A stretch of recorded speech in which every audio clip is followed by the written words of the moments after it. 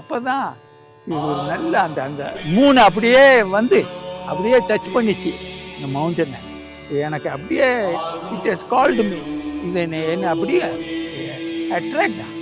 இந்த லொக்கேஷன் அருமையான லொக்கேஷன்.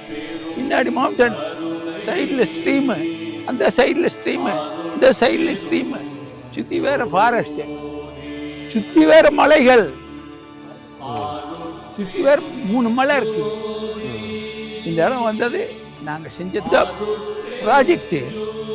ஐயா திரு பாலகிருஷ்ணன் ஐயா அவர்கள் இன்றைய காலத்தை அவருடைய எண்ணத்தில் வச்சு ஃபர்ஸ்ட் அவருக்கு வந்து ஐடியாவே மக்களுக்கு ஃபுல்லாக வயிறு நிறையா நல்ல சாப்பாடு கொடுக்கணும் அப்படிங்கிற எண்ணம் வந்தது.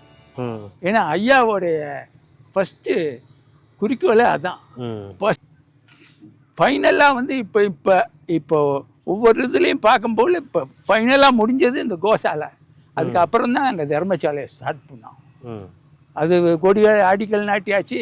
இனி இதோடு சேர்த்து சைமல்டேனியஸாக அதுவும் ஸ்டார்டிசேஷனும் வாங்கிட்டோம். ஸோ இந்த தீபம் தர்மசாலை இந்த தமிழ்நாட்டில் இப்போ 1 in a few அந்த லெவலுக்கு வந்துருச்சியா. எல்லாமே சாஸ்திரம் சொல்லுது. மெடிக்கல் பெனிஃபிட் சுற்றி வேற ஒரு 10-12 வில்லேஜ் இருக்கிறாங்க. எல்லாத்துக்கும் மெடிக்கல் பெனிஃபிட்டு. ஆனால் அவங்களுக்காக நாங்கள் இங்கே 108 சுற்றிக்கிட்டு வருதில்ல, அது மாதிரி 108 மாதிரி ஒரு வேன் இங்கே நிற்கும். அவங்க ஐயா என் ஒய்ஃபுக்கு வயிறு வலிக்குது, அவர் பிரசவ ஆஸ்பத்திரி கூட்டிகிட்டு போகணும், வாங்கய்யா, உடனே நாங்கள் எடுத்துகிட்டு போவோம். அந்த அம்மா கொண்டு போய் பிரசவ ஆஸ்பத்திரி சேர்ப்போம். ஐயா தலைவலி, ஐயா மரத்துலேயே விழுந்தாயா, உடனே. ஐயா பாம்பு கடிச்சியா, உடனே.